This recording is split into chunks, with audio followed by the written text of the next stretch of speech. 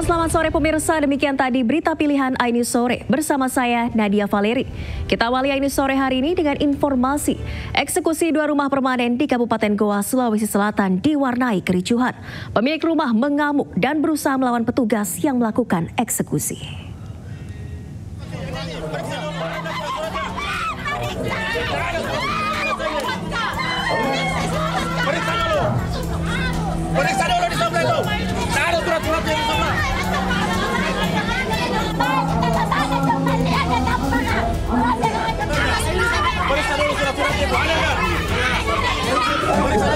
Kericuhan ini terjadi saat jurusita Pengadilan Negeri Sungguh Minasa Kabupaten Goa melakukan eksekusi terhadap 2 rumah permanen di Kelurahan Limbung Kabupaten Goa, Sulawesi Selatan.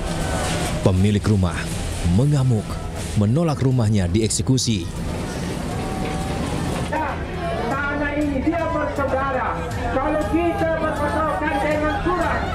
Sengketa lahan antara penggugat ahli waris Husi Daeng Liwang melawan tergugat Tara Daeng Lurang dan Maria Daeng Taco dengan luas 9 area ini mulai berperkara di pengadilan sejak tahun 2000 lalu.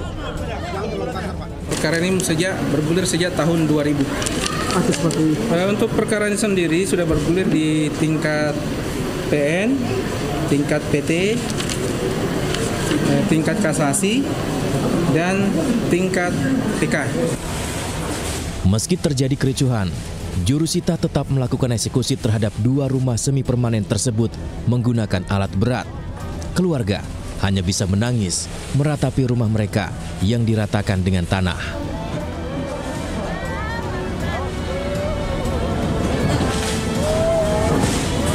Dari Kabupaten Goa, Sulawesi Selatan, Bukma, iNews melaporkan. Kita ke informasi selanjutnya pemirsa, sidang militer perdana kasus pembunuhan bos rental mobil di res area kilometer 45 Jakarta Merak yang menyeret 3 anggota TNI Angkatan Laut digelar hari ini di Pengadilan Militer 208. Agenda sidang hari ini merupakan pembacaan dakwaan.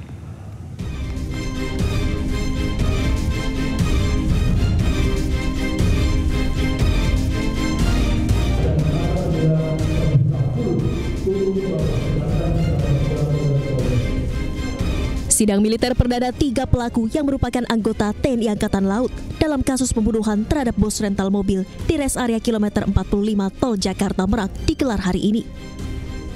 Sidang digelar di Pengadilan Militer 208 Jakarta Timur. Agenda sidang perdana hari ini adalah pembacaan surat dakwaan kepada 3 anggota TNI Angkatan Laut tersebut. 3 anggota TNI AL yang terlibat diberikan dakwaan kombinasi. Terdakwa 1 dan 2 didakwa primer, yaitu pasal 340 Jungto 55 ayat 1 KUHP tentang pembunuhan berencana. Dan terdakwa 3 dijatuhi pasal 480 tentang penadahan.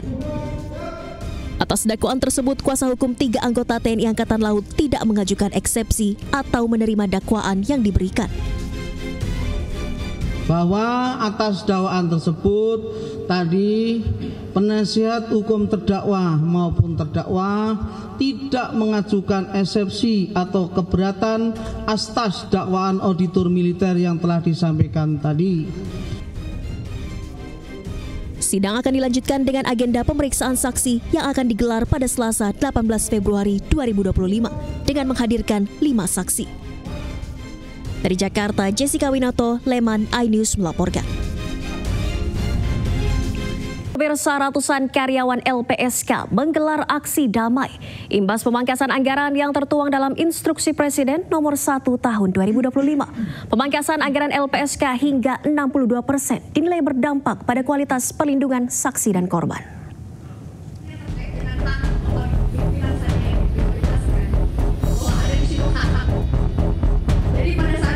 Ratusan karyawan LPSK menggelar aksi damai imbas pemangkasan anggaran yang bertempat di halaman parkir gedung LPSK Ciracas, Jakarta Timur pada Senin pagi.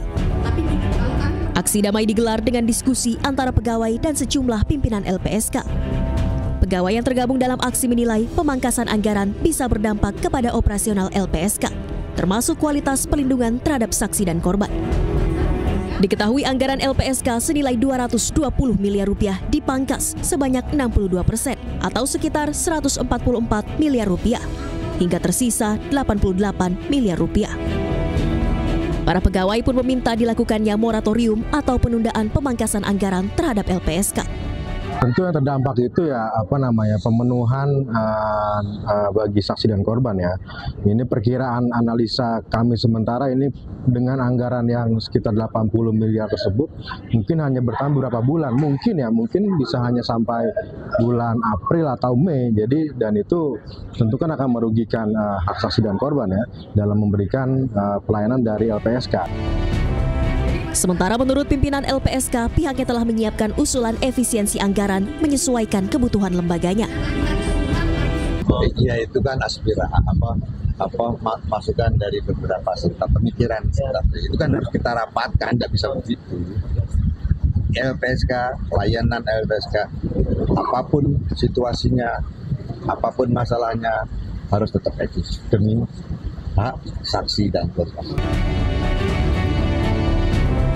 Pimpinan LPSK menilai efisiensi anggaran penting untuk mendukung program pemerintah. Dan sejauh ini efisiensi anggaran dari pemerintah belum mempengaruhi kebijakan pelayanan terhadap saksi dan korban di LPSK. Dari Jakarta, Rio Manik, iNews melaporkan.